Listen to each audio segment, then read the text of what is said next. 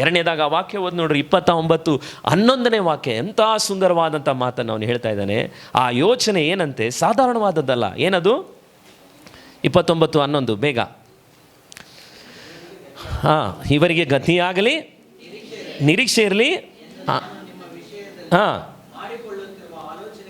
ನಾನೇ ಬಲ್ಲೆನು, ಅವು ಅಹಿತದ, ಅದೇನಲ್ಲ, ಅಹಿತದ ಆಲೋಚನೆಗಳಲ್ಲ.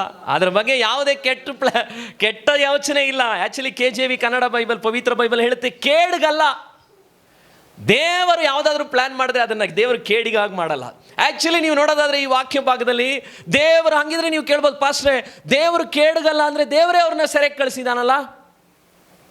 ದೇವರು ಒಳ್ಳೆಯವನಾಗಿದ್ದರೆ ಯಾಕೆ ಅವ್ರನ್ನ ಸೆರೆಮನೆಗೆ ಕಳಿಸ್ಬೇಕಾಗಿತ್ತು? ಅಲ್ಲೂ ದೇವ್ರ ಪ್ಲ್ಯಾನ್ ಇತ್ತು. ಇದು ನೀವು ಅರ್ಥ ಮಾಡ್ಕೋಬೇಕು. ಯೆರೆಮೀಯ ಯಾಕಂದರೆ 29 ನೀವು ನೋಡೋದಾದರೆ 10ನೇ ವಾಕ್ಯ ಹೇಳುತ್ತೆ, ಬಾಬೆಲ್ ರಾಜ್ಯವು 70 ವರ್ಷ ಪ್ರಬಲಿಸಿದ ಮೇಲೆ. ಎಷ್ಟು ವರ್ಷ ಅವ್ರು ಅಲ್ಲಿರ್ತಾರಂತೆ? 70 ವರ್ಷ ಅಲ್ಲಿರ್ತಾರಂತೆ. ಅದಾದಮೇಲೆ ನಾನು ಅವ್ರಿಗೆ ಬಿಡುಗಡೆ ಮಾಡ್ತೀನಿ ಅಂದರು. 70 ವರ್ಷದೊಳಗಡೆ ದೇವ್ರ ಪ್ಲ್ಯಾನ್ ಏನು? 5ನೇ ವಾಕ್ಯ ಓದಿ ನೋಡ್ರಿ. ನೀವು ಅಲ್ಲಿಗೆ ಹೋದ್ಮೇಲೆ ನೀವು ಮನೆಗಳನ್ನು ಕಟ್ಕೊಂಡು ಅವುಗಳಲ್ಲಿ ಏನು ಮಾಡಿರಿ? ವಾಸಿಸಿರಿ. ತೋಟಗಳನ್ನು ಮಾಡಿಕೊಂಡು ಅವುಗಳ ಫಲವನ್ನು ಅನುಭವಿಸಿರಿ. ಸಂಸಾರಿಗಳಾಗಿ ಗಂಡು ಹೆಣ್ಣು ಮಕ್ಕಳನ್ನು ಪಡೆಯಿರಿ. ನಿಮ್ಮ ಗಂಡುಗಳಿಗೆ ಹೆಣ್ಣುಗಳನ್ನ ತಗೊಂಡು ನಿಮ್ಮ ಹೆಣ್ಣುಗಳನ್ನ ಗಂಡುಗಳಿಗೆ ಕೊಡ್ರಿ. ನೀವು ಹೋಗ್ತಾ ಇರುವ ಆ ಊರಿನಲ್ಲಿ ಮಕ್ಕಳನ್ನ ಮಾಡ್ಕೊಂಡು ಮನೆ ಮಾಡಿಕೊಂಡು ಸೆಟ್ಲಾಗಿ ಚೆನ್ನಾಗಾಗ್ರಪ್ಪ. ದೇವ್ರ ಪ್ಲ್ಯಾನ್. ಆದರೆ ಆ ಸಮಯದಲ್ಲಿ ಸುಳ್ಳು ಪ್ರವಾದಿಗಳಿದ್ರು. ಅವ್ರು ಏನು ಹೇಳಿದ್ರು ಗೊತ್ತಾ? ಹನನ್ಯ ಅನ್ನೋನು ಒಬ್ಬ 29 ನೀವು ನೋಡೋದಾದರೆ, ಇನ್ನೊಂದು ವಾಕ್ಯನೂ ನೀವು ನೋಡ್ತೀರಲ್ಲ, ಮೇಲೆ ಹೋದ್ರಿ, ನೀವು ಇರುವಲ್ಲಿಯೇ ಏನಾಗ್ತೀರಾ? ವೃದ್ಧಿ ಆಗುವಿರಿ. ಹಾಗಿದ್ರೆ ಎರಡನೇದಾಗಿ ದೇವರ ಪ್ಲ್ಯಾನ್ ಏನು? ದೇವರು ನಿನ್ನ ಕುರಿತು ಅಹಿತವಾಗಿ ಆಲೋಚನೆ ಮಾಡುವವನಲ್ಲ.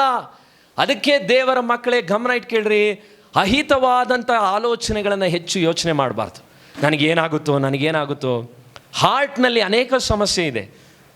ಅದರಲ್ಲಿ ನಾನು ಇತ್ತೀಚೆಗೆ ಒಂದು ಸ್ಟಡಿ ಮಾಡ್ತಾಯಿದ್ದೆ. ಸೈಕಾಲಜಿಕಲಿ ಒಬ್ಬನಿಗೆ ಒಂದು ಹಾರ್ಟ್ ಪ್ರಾಬ್ಲಮ್ ಬಂತಂತೆ. ಅವನ ತಾಯಿ ಬಿದ್ದೋದ್ಮೇಲೆ ಅವನಿಗೆ ಅವತ್ತು ಹಾರ್ಟ್ ಪ್ರಾಬ್ಲಮ್ ಬಂತು. ಏನಾಯಿತು? ನಾನು ಬೀಳಿಸಿದ್ರಿಂದನೇ ನಮ್ಮ ಅಮ್ಮನಿಗೆ ಹಿಂಗೆ ಆಗೋಯ್ತೇನೋ. ಅದನ್ನ ಯೋಚನೆ ಮಾಡಿ ಮಾಡಿ ಮಾಡಿ ಹಾರ್ಟ್ ಸ್ವೆಲ್ಲಿಂಗ್ ಆಗಿದೆಯಂತೆ. ಹಾರ್ಟ್ ಏನಾಗಿದೆಯಂತೆ? ಊದ್ಕೊಂಡಿದೆಯಂತೆ. ಏನೆಲ್ಲ ರೋಗಗಳಿದೆ ಗೊತ್ತಾ ನಿಮಗೆ? ಹಾರ್ಟ್ ಜಾಸ್ತಿ ಅದನ್ನೇ ಚಿಂತೆ ಮಾಡೋದ್ರಿಂದ ಹಾರ್ಟ್ ಊದ್ಕೊಂಡು ಅದನ್ನು ಕಾರ್ಡಿಯೋಮಯೋಪತಿ ಅಂತ ಕರೀತಾರಂತೆ. ಅದೊಂದು ರೋಗ. ಅದೇನಕ್ಕೆ? ಯೋಚನೆ ಜಾಸ್ತಿ ಅದನ್ನೇ ಮಾಡೋದ್ರಿಂದ ನೆಗೆಟಿವ್ ಆಗಿ, ಅಯ್ಯೋ ಬಿದ್ದಿದ್ದು ಹಿಂಗಾಯ್ತು. ಇದನ್ನೇ ಆಲೋಚನೆ ಮಾಡೋದು. ಈ ಅಹಿತವಾದಂಥ ಯೋಚನೆಗಳು ಯಾಕೊಬ್ಬ ವ್ಯಕ್ತಿಗೆ ಬರುತ್ತೆ ಅಂದರೆ ಅವನೊಳಗಡೆ ವಾಕ್ಯ ಇಲ್ಲ. ವಾಕ್ಯ ಕೇಳಲ್ಲ, ಕೇಳಿದ ವಾಕ್ಯನ ಜ್ಞಾಪಿಸ್ಕೊಳ್ಳಲ್ಲ.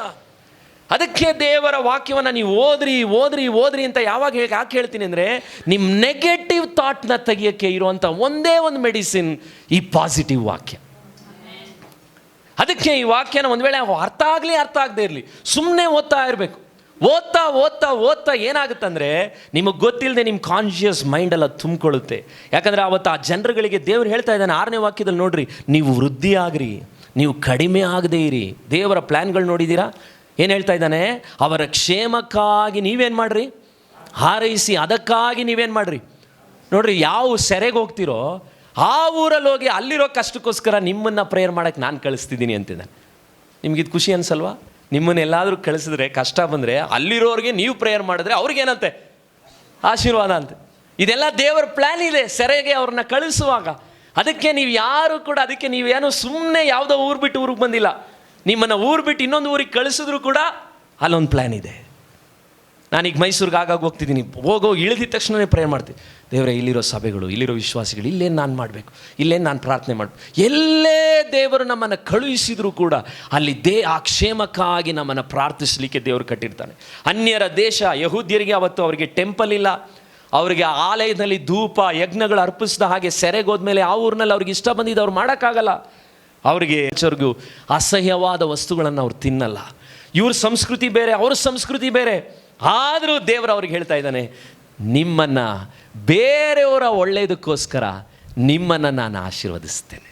ಪಕ್ಕದಲ್ಲಿರೋರಿಗೆ ಹೇಳಿ, ದೇವರು ನಿನಗೇನಾದರೂ ಸೆರೆಯ ಮನೆ ಅನುಮತಿಸಿದ್ರೆ ಹೇಳ್ರಿ, ಅದು ನಿನ್ನ ಒಳ್ಳೆಯದಕ್ಕಲ್ಲ, ಬೇರೆಯವರ ಒಳ್ಳೆಯದಕ್ಕೆ. ಅದಕ್ಕೆ ನನಗೂ ನನ್ನ ಹೆಂಡತಿಗೂ ಭಾಳ ಇನ್ಸ್ಪಿರೇಷನ್ ಒಬ್ಬರು ಇದ್ದಾರೆ. ಅವ್ರು ಯಾರು ಗೊತ್ತಾ? ನೋಡ್ರಿ ಈ ಅಜ್ಜಿದಿರು, ಕಾರಿ ಟೆನ್ ಬೂಮ್, ಬೆಟ್ಸಿ ಟೆನ್ ಬೂಮ್. ಇವರಿಬ್ಬರು ಯಾರು? ಎರಡನೇ ಮಹಾಯುದ್ಧದಲ್ಲಿ ಯಹೂದ್ಯರುಗಳನ್ನ ಕಾಪಾಡಲಿಕ್ಕೆ ಅವ್ರ ಮನೇನ ಹೈಡಿಂಗ್ ಪ್ಲೇಸ್ ಅಂತ ಪಿಕ್ಚರ್ ಇದೆ, ಸಾಧ್ಯವಾದರೆ ನೀವು ನೋಡ್ರಿ ಆ ಪಿಕ್ಚರ್ನ. ಆ ಯಹೂದ್ಯ ಜನರುಗಳನ್ನ, ಮಕ್ಕಳುಗಳನ್ನೆಲ್ಲ ಕೊಲೆ ಮಾಡ್ತಿದ್ದಾಗ ಒಂದು ಮನೆಯನ್ನು ತಗೊಂಡು ಆ ಮನೆಯಲ್ಲಿ ವಾಚ್ ಮೇಕರ್ಗಳು ತಂದೆ ಆ ಮಕ್ಕಳುಗಳನ್ನ ಔಸಿಡ್ತಾರೆ, ಬ್ಯಾಸ್ಕೆಟ್ಗಳಲ್ಲೆಲ್ಲ ಮಗುನ ಕಾಪಾಡ್ತಾರೆ. ಅವ್ರನ್ನ ಕಾಪಾಡಿದ್ರಿಂದ ಹಿಟ್ಲರ್ ಅವತ್ತು ಅವ್ರನ್ನ ಹೊಡಿತಾನೆ, ಹಿಂಸಿಸ್ತಾನೆ, ಸೆರೆಮನೆಗೆ ಹಾಕ್ತಾನೆ. ವಾಚ್ ಮೇಕರ್ ಬಿಸ್ನೆಸ್ ಹೋಯ್ತು. ತಂದೆ ಇಬ್ಬರು ಮಕ್ಕಳುಗಳು ಕರ್ಕೊಂಡೋಗಿ ಜೈಲಿಗೆ ಹಾಕ್ತಾನೆ. ಕಾನ್ಸಂಟ್ರೇಷನ್ ಕ್ಯಾಂಪ್, ಬೆತ್ತಲೆ ಮಾಡ್ತಾರೆ, ಹೊಡಿತಾರೆ, ಹಿಂಸಿಸ್ತಾರೆ. ಬೈಬಲ್ನ ಮಾತ್ರ ತೊಗೊಂಡು ಹೋಗ್ತಾರೆ ಇಬ್ಬರು. ಆ ಕಡೆ ನಿಮಗೆ ಕಾಣ್ತಿದೆಯಲ್ಲ ಬೆಟ್ಸಿ, ಇವಳು ಅಕ್ಕ ತಂಗಿದಿರು. ಬೆಟ್ಸಿ ಯಾವಾಗಲೂ, ಬೆಟ್ಸಿಗೆ ಒಬ್ಬ ಜೋರಾಗಿ ಹೊಡೆದ್ನಂತೆ, ಹೊಡೆದು ಕೆಂಪಾಗಿ ಊದ್ಕೊಂಡು ಬಂದು ಅಕ್ಕನ ಹತ್ರ, ಕಾರಿ ಹತ್ರ ಬಂದು ಹೇಳ್ತಾರಂತೆ. ಅಕ್ಕ ಕೇಳ್ತಾಳೆ, ಕಾರಿ ಕೇಳ್ತಾಳೆ, ನಿನ್ಗೆ ಯಾಕೆ ಹಿಂಗೆ ಊದ್ಕೊಂಡಿದೆ?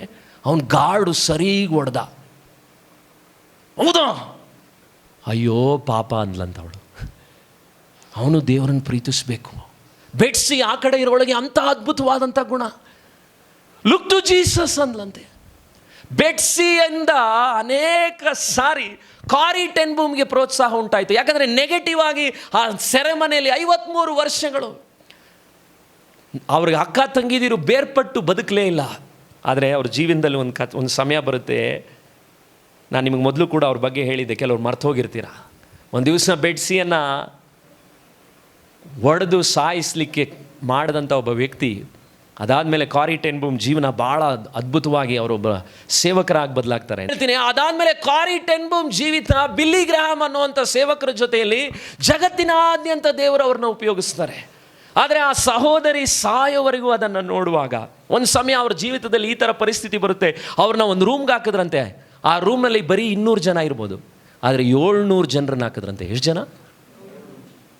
ಅಲ್ಲಿ ಕೊಟ್ಟಂತಹ ಹುಲ್ಲಿನ ಮ್ಯಾಟ್ಗಳು, ಅಲ್ಲಿದ್ದಂಥ ಮಲ್ಕೊಳ್ಳಿ ಕೊಟ್ಟಂಥ ಜಾಗಗಳಲ್ಲಿ ಮೂತ್ರ ವಿಸರ್ಜನೆ ಎಲ್ಲನೂ 700 ಜನರು ಮಾಡಿಕೊಂಡು, ಸೊಳ್ಳೆ ನೊಣಗಳ ಕಾಟ ಆ ರೂಮ್ನಲ್ಲೇ ಕೊಳೀತಾ ಇದ್ರಂತೆ. ಕೈಯಲ್ಲಿ ಮಾತ್ರ ಒಂದು ಹಳೇ ಬೈಬಲ್ನ ಮಾತ್ರ ಎಸ್ಕೇಪ್ ಮಾಡಿ, ಸ್ಮಗಲ್ ಮಾಡಿ ಅಲ್ಲಿ ಇಲ್ಲಿ ಇಡಿಸ್ಕೊಂಡು ಹೋದವರು. ಕತೆ ಎಲ್ಲ ನಾನು ನಿಮ್ಗೆ ಹೇಳ್ತಾ ಇರೋದು. ಕೆಲವರು ಜೀವಗಳನ್ನು ಕೊಟ್ಟು ಈ ಬೈಬಲ್ ಸಂತತಿಯನ್ನು ನಮಗೆ ಉಳಿಸ್ಕೊಟ್ಟಿದ್ದಾರೆ. ಕಾರಿ ಟೆನ್ ಬೂಮ್ ನನಗೂ ಅವಳಿಗೂ ಭಾಳ ಪ್ರೋತ್ಸಾಹಿಸು. ಯಾಕೆ? ಆ ಹಾಸಿಗೆ ಇರುವಂಥ ಅಂಥ ಸ್ಥಿತಿಲಿ ಕಾರಿ ಟೆನ್ ಬೂಮ್ ಅಕ್ಕ ಬೆಟ್ಸಿಗೆ ಹೇಳಲ್ಲಂತೆ, ಎಂಥ ಜಾಗಕ್ಕೆ ತೊಗೊಂಬಂದಿದೆ. ಅವ್ರ ತಂಗಿ ಹೇಳಿದ್ರೆ, we should thank for fleas and lice. ಸೊಳ್ಳೆಗಳಿಗೂ ನೊಣಗಳಿಗೂ ನಾವು ಥ್ಯಾಂಕ್ಸ್ ಹೇಳಬೇಕು ಅಂದ್ಲಂತೆ. ಯಾರು? ಬೆಟ್ಸಿ. ಇದಕ್ಕೂ ಥ್ಯಾಂಕ್ಸ್ ಹೇಳ್ತೀಯ ನೀನು ಅಂದ್ರಂತೆ. ಏನಾಯಿತು? ಬೆಳಗ್ಗೆ ಎದ್ರೆ ಕಾರಿ ಟೆನ್ ಬೂಮ್ ವಾಕ್ಯ ಕೊಡೋದು ಎಷ್ಟು ಜನರಿಗೆ? 700 ಜನರಿಗೆ. ಸಾಯಂಕಾಲ ಆದರೆ ವಾಕ್ಯ ಕೊಡೋದು 700 ಜನರಿಗೆ. ಸೆರೆಯಲ್ಲಿ ವಾಕ್ಯ ಕೊಡೋಕ್ಕಾಗಲ್ಲ, ಆದರೆ ಹೇಗೆ ವಾಕ್ಯ ಕೊಟ್ಟರು?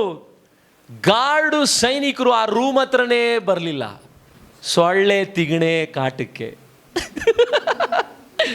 ವಾವ್! ಕಾರಿ ಟೆನ್ ಬೂಮ್ ಹೇಳ್ತಾರೆ, ಓ ಥ್ಯಾಂಕ್ ಯು ಜೀಸಸ್, ಸೊಳ್ಳೆ ನೊಣಗಳು ಇವೆಲ್ಲ ಬಂದಿದ್ದಕ್ಕೆ ಸ್ತೋತ್ರ. 700 ಜನರಿಗೆ ನಾನು ದೇವರ ವಾಕ್ಯವನ್ನು ಹಂಚಿದೆ. ಅಹಿತದ ಯೋಚನೆ ಅಲ್ಲ. ಅದಾದಮೇಲೆ ಬೆಟ್ಸಿ ಸತ್ತು ಹೋದ್ಲು. ಕಾರಿ ಟೆನ್ ಬೂಮ್ ಆಚೆ ಬಂದು ಪ್ರಪಂಚದಾದ್ಯಂತ ಅವಳು ಸತ್ತು ಎಷ್ಟೋ ವರ್ಷಗಳಾಯಿತು. ಇವತ್ತಿಗೂ ಅವಳು ಬುಕ್ ಓದುವಾಗ ನನಗೆ ಧೈರ್ಯ ಸಿಗುತ್ತೆ.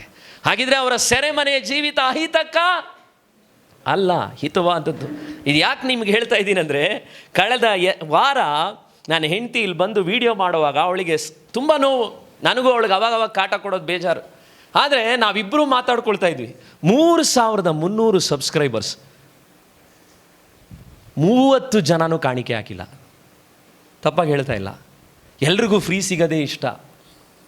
ನಮಗಿಲ್ಲಿ ದಶಮಾಂಶ ಕಾಣಿಕೆಗಳು ಕಡಿಮೆ ಇರೋದ್ರಿಂದ ನಾನು ಇತ್ತೀಚೆಗೆ ಮತ್ತೆ ಮಾನಿಟೈಸ್ ಮಾಡಿದೆ ಯೂಟ್ಯೂಬ್ನ. ನನಗೆ ಈ ವಾಕ್ಯದ ಮಧ್ಯದಲ್ಲಿ ಅಡ್ವರ್ಟೈಸ್ ಬರೋದು ಇಷ್ಟ ಇಲ್ಲ. ಆದರೆ ಹಣದ ಒತ್ತಡಗಳಿಗೆ ನಮ್ಮ ಸಭೆಗೆ ನಿಮ್ಮನ್ನು ನಾನು ಸಿಲುಕಬಾರ್ದು ಅಂತ ಹೇಳಿ ಮತ್ತೆ ಮಾನಿಟೈಸ್ ಮಾಡಿದೆ, ಅಡ್ವರ್ಟೈಸ್ ಬರಲಿ ಅಂತ. ಆದರೆ ಈ ಕಳೆದ ವಾರದಲ್ಲಿ ಅವಳು ವಿಡಿಯೋ ಮಾಡುವಾಗ ನನಗಿಷ್ಟು ಬೇಜಾರಾಯಿತು. ಮೊದಲೆಲ್ಲ 500 ರೂಪಾಯಿ ಕೊಟ್ಟಿದ್ದೀನಿ, ಈ ವಿಡಿಯೋಗಳು ಮಾಡಬೇಕಾ? ಅವಳಿಗೂ ಈ ಸಂಕಟ ಕೊಟ್ಕೊಂಡು ಯಾಕಿದು? ನಿಜ ಹೇಳ್ತೀನಿ, ಕಳೆದ ಶನಿವಾರ ಎಷ್ಟು ಬೇಜಾರಾಗಿತ್ತಂದರೆ ನನಗೆ, ಅಯ್ಯೋ ಈ ವಿಡಿಯೋ ಮಾಡೋದೇ ಬೇಡ. ಅವಳು ಕೂತ್ಕೊಂಡು ತಮ್ನೇಲ್ ಮಾಡಿ ಇದಕ್ಕೆ ವಾಕ್ಯಗಳನ್ನ ಹಾಕ್ಸಿ ಅವಳಿಗೂ ಸಂಕಟ ಕೊಟ್ಟು ಅವಳಿಗೆ ಓದಿದ ನೋವು ಇನ್ನೊಂದು ಬಂದ್ಬಿಡ್ತು. ಇದನ್ನೆಲ್ಲ ಯೋಚನೆ ಮಾಡಿ ನಾನು ಮಾತಾಡ್ಕೊತಾ ಇದ್ದೆ. ನನಗಿಷ್ಟು ಬೇಜಾರಾಗಿತ್ತು. ಆದರೆ ಇದನ್ನು ಇದಾಗಿ ಹೇಳ್ತಾ ಇಲ್ಲ ನಾನು. ಒಂದು 5ರಿಂದ 6 ಜನ ಯಾವಾಗಾದರೂ ಒಂದೊಂದು ರೂಪಾಯಿ ಕಾಣಿಕೆ ಕಳಿಸಿರ್ಬೋದು.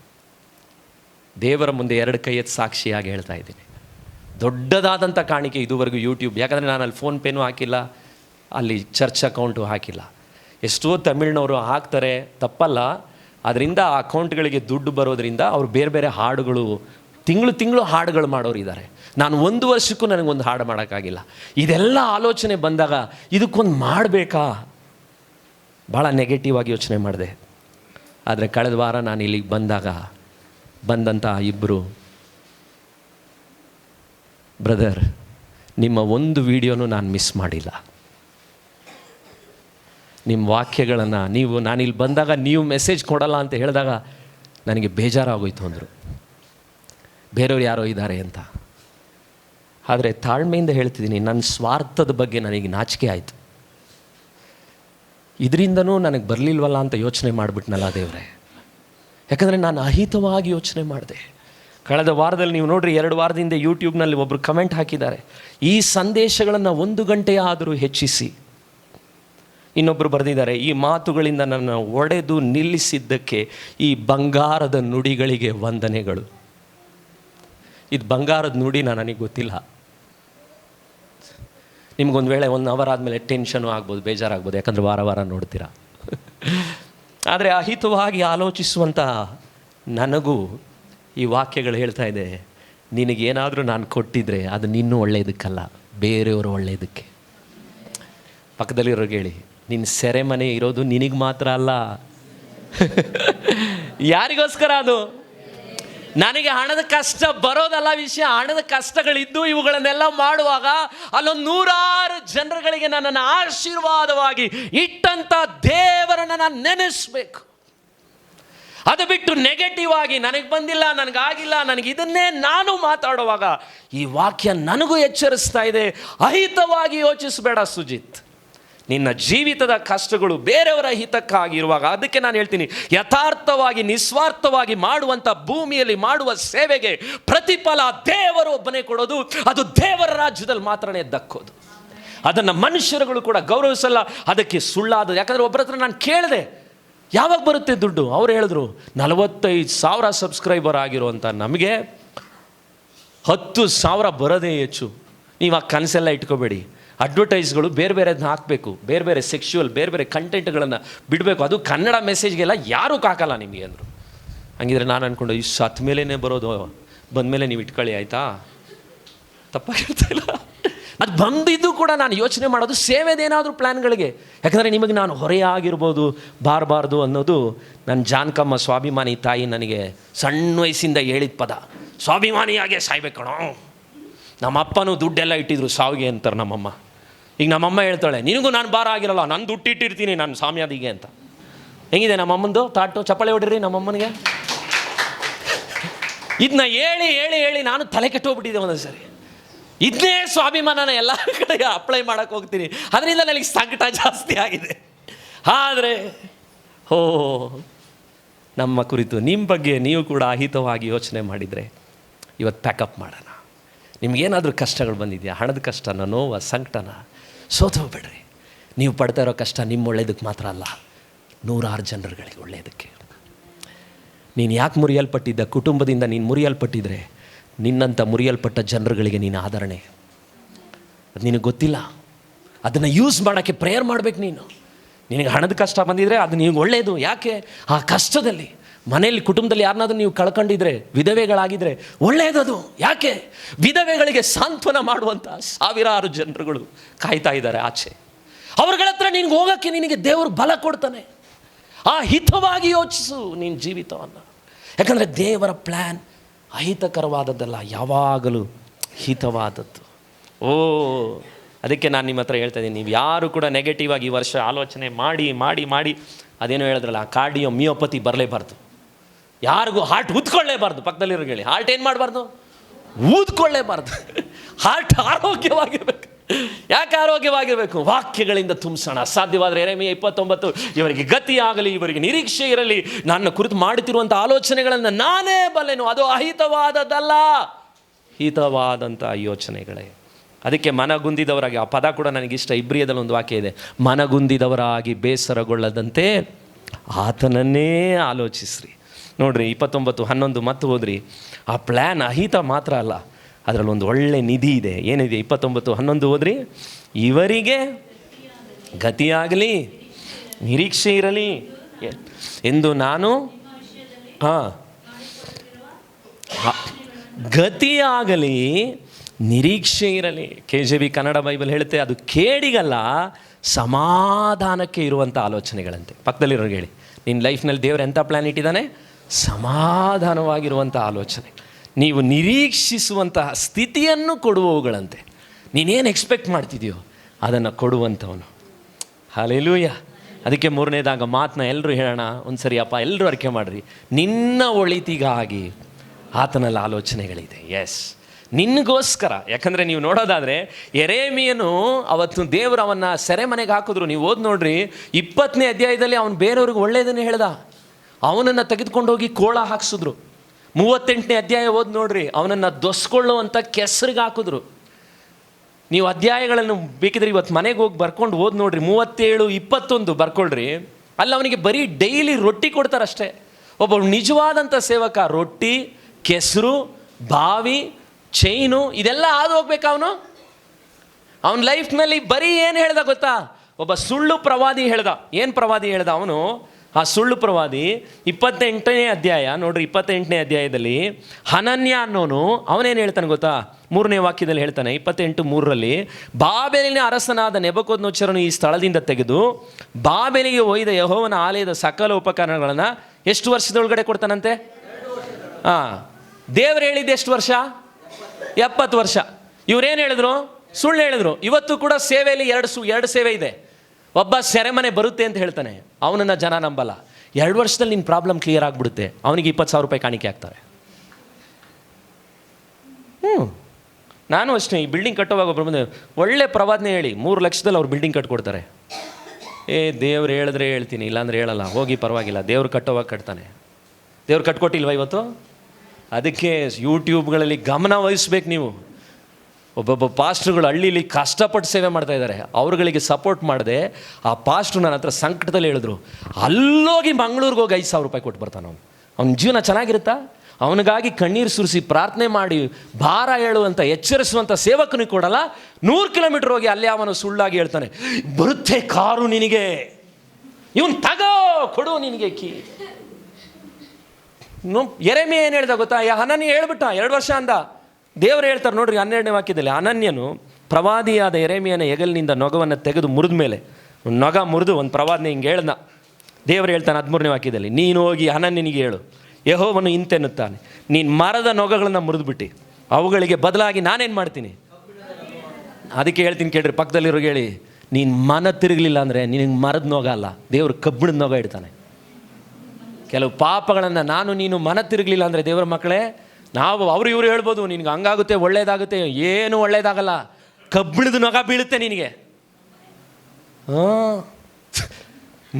ತಮ್ಮ, ದೇವರು ಹಾಗೆ ಹೇಳಿದ್ದು. ದೇವರ ಮಾತು ಒಳಿತಿಗಾಗಿ, ಅದು ನಿನ್ನ ಒಳ್ಳೇದಕ್ಕೆ, ನನ್ನ ಒಳ್ಳೇದಕ್ಕೆ. ನಿಮಗೆ ಗೊತ್ತಾ, ಅವನ ಆ ಮಾತು ಹೇಳಿ ಸುಳ್ಳು ಪ್ರವಾದಿ ಹೇಳ್ದ. ಏನಾಯಿತು? 17ನೇ ವಾಕ್ಯ, 16ನೇ ವಾಕ್ಯ, ಈಗೋ ನಾನು ನಿನ್ನನ್ನು ಭೂಮಿಯ ಮೇಲಿಂದ ತೊಲಗಿಸುವೆನು, ನೀನು ಯೆಹೋವನಾದ ನನಗೆ ವಿರುದ್ಧವಾಗಿ ದ್ರೋಹದ ಮಾತನ್ನು ಆಡಿದ್ದರಿಂದ ಇದೇ ವರ್ಷದಲ್ಲಿ ಸಾಯ್ತೀಯ ಅಂದ. ವಾವ್, ನನಗಿದು ಸಖತ್ ಇಷ್ಟ. ಈ ಥರ ಪ್ರವಾದಿಗಳೇ ನನಗಿಷ್ಟ. ನನಗಿವೆಲ್ಲ ಓದುವಾಗ ಹಂಗೆ ಕುದಿಯುತ್ತೆ. ಈ ವರ್ಷದಲ್ಲೇ ಸಾಧ್ಯ ಕಣ, ನೀನು ಹಿಂಗೆ ಹೇಳ್ತಿದೆಯಲ್ಲ ಸುಳ್ಳು. ಎಂಥ ಚಾಲೆಂಜಿಂಗ್ ವರ್ಲ್ಡ್. ಏನಾಯಿತು ನೋಡ್ರಿ 17ನೇ ವಾಕ್ಯ, ಅದರಂತೆ ಪ್ರವಾದಿಯಾದ ಅನನ್ಯನು ಅದೇ ವರ್ಷ 7ನೇ ತಿಂಗಳಲ್ಲಿ ಸತ್ತೋದ. Wow, this is the prophet. ಇದು ನಿಜವಾದಂಥ ಪ್ರವಾದಿ. ಹೇಳಿದ್ದು ನೆರವೇರಬೇಕು. ಯಾಕಂದರೆ ಅದು ಆ ಜನರುಗಳ ಒಳ್ಳೆಯದಕ್ಕೋಸ್ಕರ ಅವನು ಅಳ್ತಾ ಹೇಳ್ತಾ ಇದ್ದಾನೆ, ಮನ ತಿರುಗ್ರಪ್ಪ, ನಿಮ್ಮ ಲೈಫ್ನಲ್ಲಿ ಒಳ್ಳೆಯದಾಗುತ್ತೆ. ಆದರೆ ಒಳ್ಳೆಯದನ್ನು ಪ್ರವಾದಿ ಹೇಳಿದಂಥ ಆ ವ್ಯಕ್ತಿಗಳ ಜೀವಿತದಲ್ಲಿ ಯಾವಾಗಲೂ ಕಷ್ಟ ಕೊಟ್ಟರು. ಆದರೆ ಇದೇ ಯೆರೆಮೀಯನ ಲೈಫ್ ಹೀಗೆ ಇರಲಿಲ್ಲ. ಯೆರೆಮೀಯನ ಲೈಫ್ನಲ್ಲಿ ಅವನು ಅಷ್ಟು ವರ್ಷ ಸಂಕಟಪಟ್ಟ. ಮುಂದೆ ನೀವು ಅಧ್ಯಾಯಗಳಲ್ಲಿ ಓದಿ ನೋಡ್ರಿ, ಆ ಸೆರೆಮನೆಯಲ್ಲಿ ಎಲ್ಲರೂ ಎಸ್ಕೇಪ್ ಆದಾಗ, ಶಾರ್ಟಾಗಿ ಹೇಳ್ತಿದ್ದೀನಿ, ರಾಜ ಯೆರೆಮೀಯನನ್ನು ಕರ್ಕೊಂಡು ಹೋಗ್ಬಿಟ್ಟ. ಸುಳ್ಳು ಪ್ರವಾದಿ ಹೇಳಿದವರು ಸತ್ರು. ನಿಜವಾದ ಪ್ರವಾದಿ ಹೇಳ್ದವನ್ನ ಸೆರೆಮನೆಯಿಂದ ಬಿಡಿಸಿ ಅವನ ಅರಮನೆಯಲ್ಲಿ ಇಟ್ಟು ಊಟ ಕೊಟ್ಟರು. ಈಗ ಹೇಳಿ, ಯಾರ ಪ್ಲ್ಯಾನ್ ನೆರವೇರುತ್ತೆ? ದೇವರ ಪ್ಲ್ಯಾನ್. ಅದಕ್ಕೆ ನೀತಿವಂತರಾಗಿ ನೀವು ಕಷ್ಟಪಟ್ಟು, ಕೆಲವು ಸಾರಿ ಅನ್ಯಾಯಕ್ಕೆ ಕೈ ಹಾಕದೆ ಹಣದ ಕಷ್ಟಪಡ್ರಿ ಪರವಾಗಿಲ್ಲ, ಆದರೆ ಅನ್ಯಾಯದ ದುಡ್ಡುಗಳಲ್ಲಿ ನೀವೇನಾದರೂ ಸಂಪಾದನೆ ಮಾಡಿದ್ರೆ ನಿನ್ನ ಮೇಲೆ ಕಬ್ಬಿಣದ ನೊಗನೇ ಬರೋದು. ಪಾಸ್ಟ್ರ್ ಹತ್ರ ನೀನು ಎಷ್ಟೇ ಪ್ರೇಯರ್ ಮಾಡಿಸ್ಕೋಬೋದು ವಾರದಲ್ಲಿ, ಅದಕ್ಕೆ ನಿಮ್ಮ ತಕ್ಕಡಿಗಳು ಸರಿ ಇರಬೇಕು. ಎಷ್ಟು ಏನು ಮಲ್ಕಪ್ಪವ್ರಿಗೂ ನಾನು ಹೇಳಿದ್ದೀನಿ, ಅನೇಕ ಸರಿ ನಿಮಗೂ ಹೇಳ್ತಿದ್ದೀನಿ ಎಚ್ಚರಿಕೆಯಾಗಿ, ನಿಮ್ಮ ತೂಕಗಳಲ್ಲಿ ಹೆಚ್ಚಾದಂಥ ನೀರನ್ನು ಮಿಕ್ಸ್ ಮಾಡಬಾರ್ದು. ಧಾನ್ಯ ಕೊಡುವವನು ಅವನು ಕೊಡಬೇಕಾಗಿರುವಂಥ ಧಾನ್ಯವನ್ನು ಹಿಡ್ಕೊಂಡ್ರೆ ಅವನು ಶಾಪ ಅಂತ ಬೈಬಲ್ ಹೇಳುತ್ತೆ. ಗ್ರಾಸರಿಯವರುಗಳು ಒಂದು ವೇಳೆ ಕೊಡಬೇಕಾಗಿರೋ ದಾನನ ಜನರಿಗೆ ಕೊಡಲಿಲ್ಲ ಅಂದರೆ ಅವನ ಮೇಲೆ ಶಾಪ ಇದೆ. ನಿಮ್ಮ ಜೀವಿತಗಳಲ್ಲೂ ಹಣದ ವಿಷಯದಲ್ಲಿ ಎಚ್ಚರಿಕೆ ವಹಿಸ್ರಿ. ಕಷ್ಟಪಟ್ಟರೂ ಪರವಾಗಿಲ್ಲ, ಕಳ್ಳತನಗಳಲ್ಲೂ ಬೇರೆ ಬೇರೆ ಕಾರ್ಯಗಳನ್ನ ಮಾಡಿ ಏನಾದರೂ ಸಂಪಾದನೆಗಿಳಿದ್ರೆ ನಮ್ಮ ಜೀವಿತ ಸಂತತಿಗಳು ಆಶೀರ್ವಾದವಾಗಿರಲ್ಲ. ಯಾಕಂದರೆ ದೇವರು ನಿನ್ನ ಲೈಫ್ನಲ್ಲಿ ಒಂದು ಪ್ಲ್ಯಾನ್ ಇಟ್ಟಿದ್ದಾನೆ. ನನಗೆ ಗೊತ್ತು, ಒಬ್ಬ ಪೆಟ್ರೋಲ್ ಕದಿಯೋ ಕಳ್ಳ ವಿಶ್ವಾಸಿ ಇವತ್ತೆಂಥ ಸ್ಥಿತಿಗೆ ತಲುಪಿದ್ದಾರೆ ಕೆಲವರುಗಳು ಅಂತ ನೋಡಿದ್ದೀನಿ. ಸಂಕಟದಿಂದ ಹೇಳ್ತಾ ಇದ್ದೀನಿ. ಅಡ್ಡ ದಾರಿಗಳಲ್ಲಿ ದೇವರ ಮಕ್ಕಳೇ ನೀವು ಹೋಗಬೇಡ್ರಿ. ನನ್ನ ಒಳಿತಿಗಾಗಿ ದೇವರು ಒಂದು ಒಳ್ಳೆ ಆಲೋಚನೆ ಇಟ್ಟಿದ್ದಾನೆ. ನಮ್ಮ ಸಂತತಿಗಳನ್ನು ಆಶೀರ್ವದಿಸ್ತಾನೆ. ಅದಕ್ಕೆ ದೇವರಲ್ಲಿ ವಾಗ್ದಾನ ಮಾಡಿದ್ದು 10:29 10ನೇ ವಾಕ್ಯದಲ್ಲಿ ಏನು ಹೇಳ್ತಾ ಇದ್ದಾನೆ? 70 ವರ್ಷ ಪ್ರಬಲಿಸಿದ ಮೇಲೆ ನಾನು ನಿಮ್ಮನ್ನು ಕಟಾಕ್ಷಿಸಿ ಈ ಸ್ಥಳಕ್ಕೆ ನಿಮ್ಮನ್ನು ಏನು ಮಾಡ್ತೇನೆ? ತಿರುಗಿ ಬರಮಾಡ್ತೀನಿ. ನನ್ನ ಪ್ಲ್ಯಾನ್ ಇದೆಯಪ್ಪ 2 ವರ್ಷದಲ್ಲಿ ಅಂತ ನೀನು ಶಾರ್ಟ್ ಕಟ್ ಯೋಚನೆ ಮಾಡ್ತಾ ಇದೆಯಾ? ಪರವಾಗಿಲ್ಲ, ವೆಯ್ಟ್ ಮಾಡು, ಸ್ವಲ್ಪ ವೆಯ್ಟ್ ಮಾಡು. ನನಗೆ ಎಷ್ಟು ಸಾರಿ 20 ವರ್ಷದಿಂದ ದೇವ್ರು ಹೇಳಿದಾನೆ ಗೊತ್ತಾ? ಎಷ್ಟೋ ಸಾರಿ ದೇವ್ರ ಹತ್ರ ಹೋಗಿ ಹೇಳಿದ್ದೀನಿ, ದೇವರೇ ಅವ್ರಿಗೆಲ್ಲ ನೆರವೇರುತ್ತೆ ದೇವರೇ. ನೆನ್ನೆ ಕೂಡ ನಾನು ಒಬ್ಬರ ಹತ್ರ ಮಾತಾಡುವಾಗ ನನಗೆ ಸಂಕಟ ಆಗ್ತಿತ್ತು. ಯಾಕಂದರೆ ಅವ್ರು ನನ್ನ ಡೌಟಾಗೇ ನೋಡ್ತಾಯಿದ್ರು. ಇವ್ರ ಹತ್ರ ಇದೆ. ನನಗೊಂದು ಸಂಕಟ ಆಗ್ತಿತ್ತು. ಯಾಕೆ ಸಂಕಟ ಆಗ್ತಿತ್ತು ಅಂದರೆ, ದೇವರೇ ನನ್ನ ಹಸ್ತ ನೀನು ನೋಡ್ತಿದ್ದೀಯಾ, 70 ವರ್ಷ ಆದ್ರೂ ನೀನು ಬಿಡುಗಡೆ ಮಾಡೋದಾದರೆ ಅಲ್ಲಿವರೆಗೂ ನಾನು ಕಾಯ್ತೇನೆ. ಯಾಕಂದರೆ ದೇವರು ಒಳಿತಿಗಾಗಿ ಮಾಡ್ತಾನೆ. ದೇವರ ಮಕ್ಕಳೇ, ಅಲ್ಲಿ ವಾಕ್ಯ ನನಗಿನ್ನೂ ಎಂಕರೇಜ್ ಆಯಿತು. 13ನೇ ವಾಕ್ಯದಲ್ಲಿ 12, ನನ್ನನ್ನು ಪ್ರಾರ್ಥಿಸಲು ಹೋಗುವಿರಿ, ನಾನೇನು ಮಾಡ್ತೇನೆ? ಕಿವಿಗೊಡುವೆನು. ನೀವು ನನ್ನನ್ನು ಹುಡುಕುವಿರಿ, ಮನಪೂರ್ವಕವಾಗಿ ಹುಡುಕಿದಾಗ ನನ್ನನ್ನು ನೀವೇನು ಮಾಡ್ತೀರಾ? ವಾವ್! ಹಾಗಿದ್ರೆ ನಿಜವಾದಂಥ ಫ್ಯೂಚರ್ ಏನು ಗೊತ್ತಾ? ಪಕ್ಕದಲ್ಲಿರೋ ಹೇಳಿ, ನಿನ್ನ ಫ್ಯೂಚರೇ ಹಾಳಾಗೋದ್ರು ಹೇಳ್ರಿ ಪಕ್ಕದಲ್ಲಿ, ನಿನಗೆ ದೇವರೇ ಫ್ಯೂಚರ್. ದೇವ್ರು ಹೇಳ್ತಾ ಇದ್ದೇನೆ, ನಿನ್ನ ಲೈಫ್ನಲ್ಲಿ ಏನೇ ಮನಪೂರ್ವಕವಾಗಿ ನೀನು ಹುಡುಕಿದ್ರೆ ನಾನು ನಿನಗೆ ಸಿಗ್ತೀನಿ. ನೆನ್ನೆ ನಾನು ಆ ಮಾತೆಲ್ಲ ಆಡ್ಬಿಟ್ಟು ರೂಮಿಗೆ ಹೋದಾಗ ನನಗೆ ಈ ಪದ ದೇವ್ರು ಹೇಳ್ತಾ ಇದ್ದ, ನಾನು ಸುಜಿತ್, ಏನು ನೀನು ಸಂಪಾದನೆ ಮಾಡಿದ್ಯೋ ಏನು ಮಾಡಲ್ವೋ, ನಾನು ನಿನಗೆ ಸಿಗ್ತೀನಿ, ನಿನ್ನ ಮನಪೂರ್ವಕವಾಗಿ ಹುಡುಕು. ಯಾಕಂದರೆ ಅವ್ರು ಬಂದು ನೋಡ್ತಾಯಿದ್ರು, ಅವ್ರು ನನ್ನ ಗಾಡಿ ನೋಡ್ತಾಯಿದ್ರು, ನಮ್ಮ ಮಾತಾಡೋದನ್ನೆಲ್ಲ ನೋಡ್ತಾ. ಯಾಕೆ ಹೇಳ್ತೀವಿ ಅಂದರೆ, ಜನರುಗಳೆಲ್ಲ ನಮಗಿರುವ ವಸ್ತುಗಳನ್ನು ನೋಡ್ತಾರೆ, ಆದರೆ ದೇವರು ಮಾತ್ರ ವ್ಯಕ್ತಿಯ ಹೃದಯವನ್ನು ನೋಡ್ತಾನೆ. ಆತನಿಗೆ ದೇವರು ಸಿಕ್ಕರೆ ಅದೇ ಅವನ ಫ್ಯೂಚರ್. ಹಾಲೆಲೂಯಾ. ಓ, ದೇವರು ಪ್ಲ್ಯಾನ್ಗಳು ಪ್ರಾಸ್ಪರ್ ಆಗಿದೆ. ಕೀರ್ತನೆ 45ನೇ ವಾಕ್ಯ ಓದಿ ನೋಡ್ರಿ. ಕೀರ್ತನೆ 45, ಬೇಗ ಓದೋಣ. ಆ ವಾಕ್ಯ ಏನು ಹೇಳುತ್ತೆ? ಅಲ್ಲೂ ದೇವರು ಹೇಳ್ತಾ ಇದ್ದಾನೆ. ಏನಂತ ಹೇಳ್ತಿದ್ದಾನೆ? ಕೀರ್ತನೆ 45ನೇ ವಾಕ್ಯದಲ್ಲಿ ದೇವರು ನಿಮ್ಮ ಕುರಿತಿರುವಂಥ ಪ್ಲ್ಯಾನ್ಗಳು ಎಂಥದ್ದು? 5ನೇ ವಾಕ್ಯ ಕೆಳಗಡೆ ಭಾಗ ಹೇಳುತ್ತೆ, ನಮ್ಮ ಹಿತಕ್ಕಾಗಿ, ಓಕೆ, ಕೆಳಗಡೆ ಭಾಗ ಓದೋಣ. ನಮ್ಮ ಹಿತಕ್ಕಾಗಿ ನೀನು ಮಾಡಿದ ಆಲೋಚನೆಗಳು, ಅದ್ಭುತ ಕಾರ್ಯಗಳು ಎಷ್ಟೋ ವಿಶೇಷವಾಗಿದೆ, ಅವುಗಳನ್ನು ವಿವರಿಸಿ ಹೇಳೋಣವೆಂದರೆ ಅಸಾಧ್ಯವು. ಪಕ್ಕದಲ್ಲಿರೋರಿಗೆ ಹೇಳಿ, ದೇವರು ನಿನಗೋಸ್ಕರ ದೊಡ್ಡ ಪ್ಲ್ಯಾನ್ ಇಟ್ಟಿದ್ದಾನೆ. ಅದು ನಂಬರ್ ಎಣ್ಸೋಕ್ಕಾಗಲ್ಲ. ಕೀರ್ತನೆ 139 ಓದ್ರಿ, ಅಲ್ಲೂ ನೋಡ್ರಿ 17ನೇ ವಾಕ್ಯ. ಇದೆಲ್ಲ ನಿಮಗೆ ಸಿಗುವಂಥ ಗೋಲ್ಡ್ಗಳು ಈ ವಾಕ್ಯಗಳೆಲ್ಲ. 139 17ನೇ ವಾಕ್ಯ.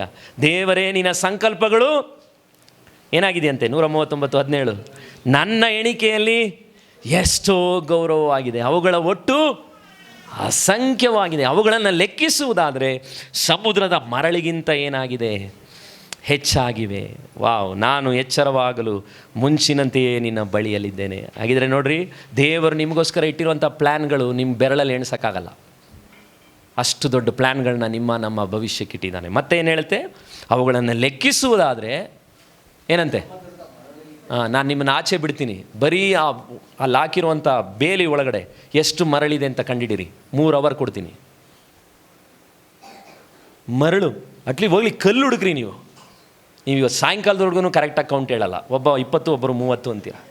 ದೇವರು ಹೇಳ್ತಾ ಇದ್ದಾನೆ, ನಿನ್ನ ಲೈಫ್ನಲ್ಲಿ ಇಟ್ಟಿರುವಂಥ ಪ್ಲ್ಯಾನ್ಗಳು ಯಾವುದು ಗೊತ್ತಾ? ಸಮುದ್ರದ ಮರಳು. ವಾವ್! ಅದಕ್ಕೆ ಅವತ್ತು ಮಕ್ಕಳಿಲ್ಲ ಅಂದ ಅಬ್ರಹಾಮ. ದೇವರು ಅವನಿಗೆ ಹೇಳಿದ್ರು, ಆಚೆ ಬರೋ ಅಂದರು. ಏನು ಮಾಡು? ಹೋಗು ಆಕಾಶ ನೋಡು. ಆಕಾಶ, ನಕ್ಷತ್ರ ನೋಡು.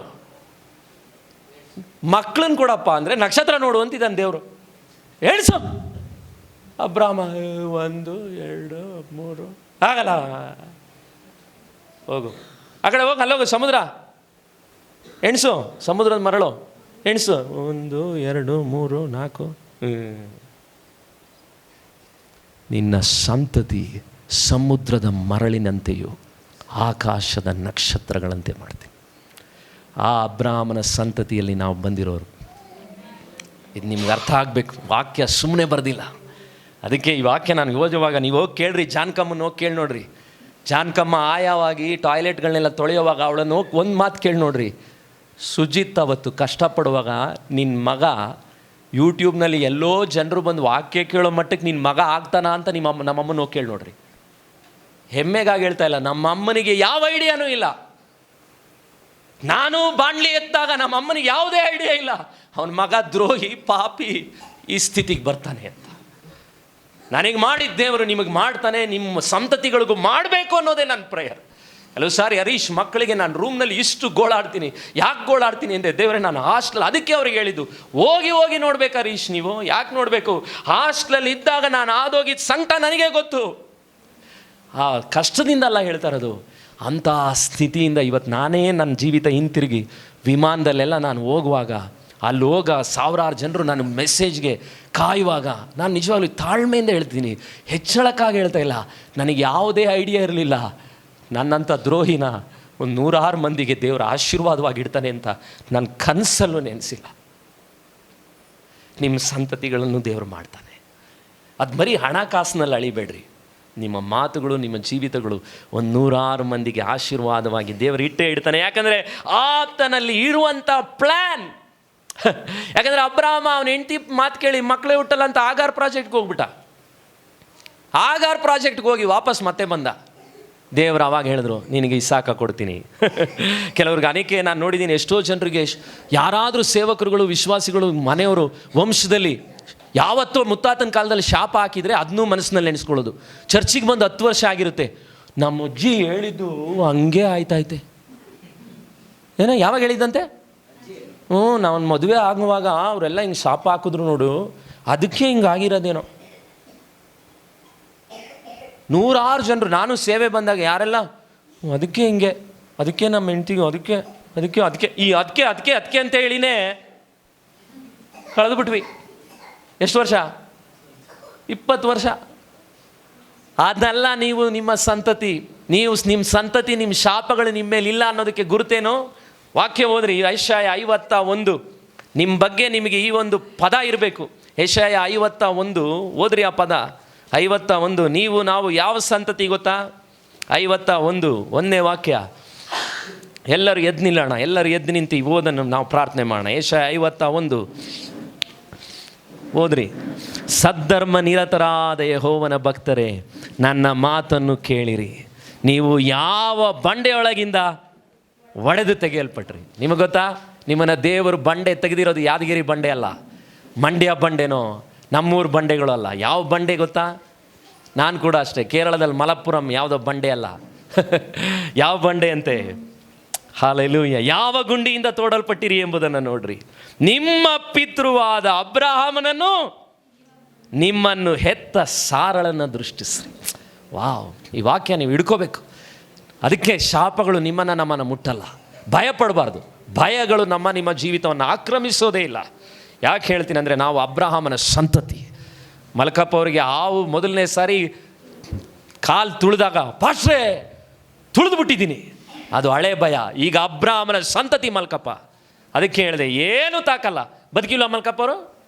ಎಸ್, ದೇವರ ಮಕ್ಕಳೇ, ನಾನು ನಿಮ್ಗೆ ಹೇಳ್ತಾ ಇದ್ದೀನಿ, ಈ ಶಾಪ ಪಾಪಗಳಿಂದ ನೆನೆ ನಾನು ಪ್ರಾರ್ಥನೆ ಮಾಡ್ತಾ ಇದ್ದೆ. ನಿಮ್ಮ ಜೀವಿತಗಳಲ್ಲಿ ಯಾರಾದರೂ ನೆಗೆಟಿವ್ ಆದಂಥ ಮಾತುಗಳನ್ನು ನೀವು ನಿಮ್ಮ ಲೈಫ್ನಲ್ಲಿ ಹೇಳಿದರೆ, ಇವತ್ತು ನೀವು ಅರ್ಕೆ ಮಾಡಬೇಕು, ನಾನು ಅಬ್ರಹಾಮನ ಸಂತತಿ. ಆ ಸಂತತಿಯಿಂದ ದೇವರು ನನ್ನನ್ನು ತೆಗೆದು ಚಿಪ್ ಮಾಡಿ ತೆಗೆದಿದ್ದಾರೆ. ಹಾಗಿದ್ರೆ ಆ ಶಾಪ, ಆ ಪಾಪಗಳು ನನ್ನ ಕುಟುಂಬ, ನನ್ನ ಮಕ್ಕಳುಗಳನ್ನು ಏನು ಮಾಡಲ್ಲ? ಮುಟ್ಟಲ್ಲ. ಮಾಟ ಮಂತ್ರ, ಕಣಿಗಳು ಯಾವುದು ನಮ್ಮನ್ನು ಮುಟ್ಟಲ್ಲ. ಯಾಕೆ ಗೊತ್ತಾ? ಅಬ್ರಾಮನ ಸಂತತಿಗೋಸ್ಕರನೇ ಗಲಾತ್ಯ 3:13 ಇದನ್ನು ಓದಿ ನಾವು ಪ್ರಾರ್ಥನೆ ಮಾಡ್ತೀವಿ. ಈಗ ಗಲಾತ್ಯ 3:13 ಯೇಸು ಸ್ವಾಮಿಯ ಅತಿ ದೊಡ್ಡ ವಾಗ್ದಾನ, ಯಾವ ಶಾಪಗಳು ನಮ್ಮನ್ನು ತಾಕೋದಿಲ್ಲ. ಯಾಕೆ ತಾಕೋದಿಲ್ಲ?